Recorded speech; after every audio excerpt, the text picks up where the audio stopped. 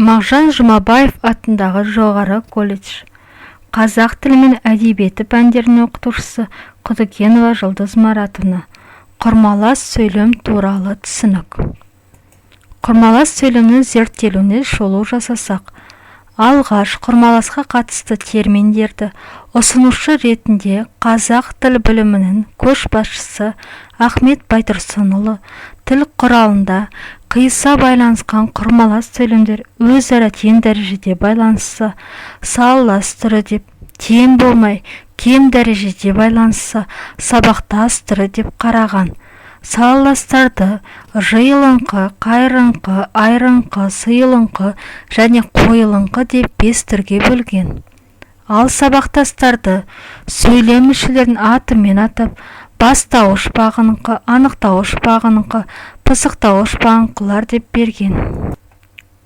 Құдайберген Қуанұлы Жұбанов құрмалас сөйлемге қатысты қазақ тілінің программында салаластарды ыңғайлас, ереуіл, талғама, себеп-салдар, шарт-жағдай деп бөлген. Осындағы соңғы аталған түрін қазіргі қазақ тілі синтаксисінде 1960 жылдан бері ғана қолданылып жүр. Сәрсен Аманжолов және Нығмет Сауранбаевтың қазақ тілінің грамматикасы оқулығында құрмалас сөйлемдер салалас, сабақтас және аралас деп 3 топқа бөлінген. Салалас құрмалас сөйлемдерді қазақ тіл білімінде жалғаулықты және жалғаулықсыз деп бөлу тарихы осы оқулықтан басталған.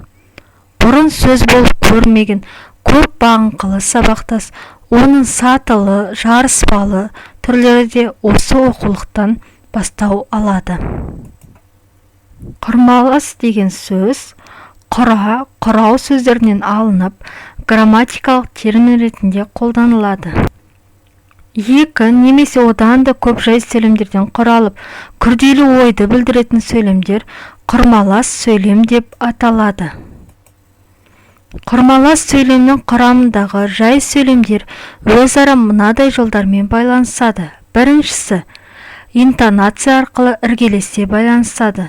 Мысалы, Байжанның оны көруі бірінші рет еді.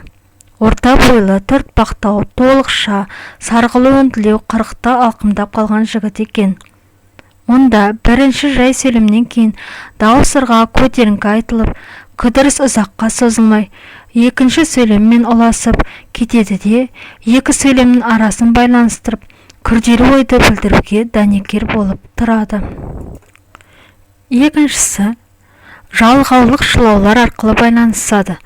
Құнанбай күзеуден ере қайтып кеткен соң, өзге елдің бәрі де дағдыдан тыс күземді ерте алып көшіп еді. Үшіншісі, құрмаластың құрамындағы жай сөйлемнің баяндаушы тиянақсыз тұлғада келіп, келесі жай сөйлеммен ұласып, құрмаласа байланысады. Мысалы, Құрымбайдың оқуға кетуі шын болса, ол өз ісін ойламаған жерден істеген екен. Құрамындағы жай сөйлемдердің салаласа, сабақтаса байланысуына орай құрмалас сөйлемдер салалас құрмалас, сабақтас құрмалас және аралас құрмалас болып 3 түрге бөлінеді.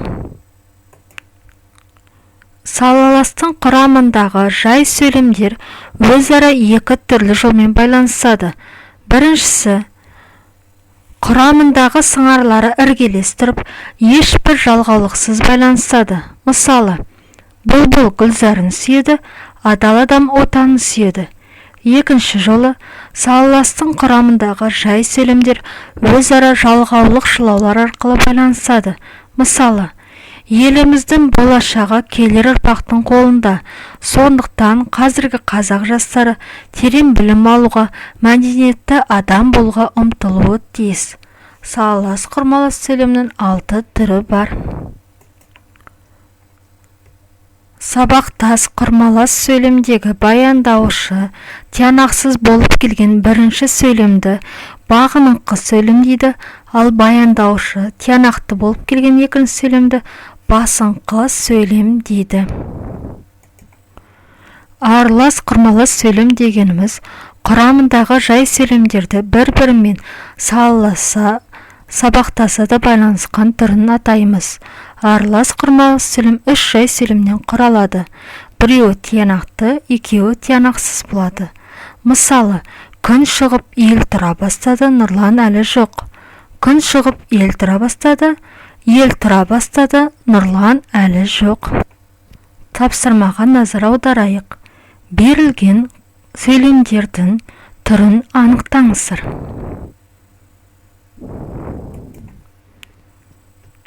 Олар бүгін жүре алмайды. Жүре алмайтын себебі жолды қар басып қалыпты. Бұл құрмалас сөйлем. Екі жай сөйлемнен құралған, екі сөйлемде тең дәрежеде байланысқан.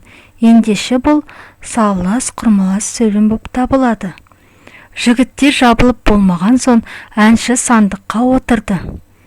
Бұл құрмалас сөйлемдегі жай сөйлемдердің бірінші сыңары бағынқы компонент, екіншісі басыңқы компонент болып тұр. Соншылау арқылы байланысқан. Ендеше бұл сабақтас құрмалас сөйлем болып табылады. Жабай шығып кетпегенде игілік жігіттерді сөзге айналдырып бөгей тұрмақ еді, бірақ оның реті болмай қалды. Бұл құрмалас сөйлемнің құрамында үш жай сөйлем бар. Біреуі тиянақсыз, екеуі тиянақты. Ендеше балалар, бұл аралас құрмалас сөйлем болып анықтадық. Үй жұмысы. Бірінші, жай сөйлем мен құрмалас сөйлемді салыстырыңыздар.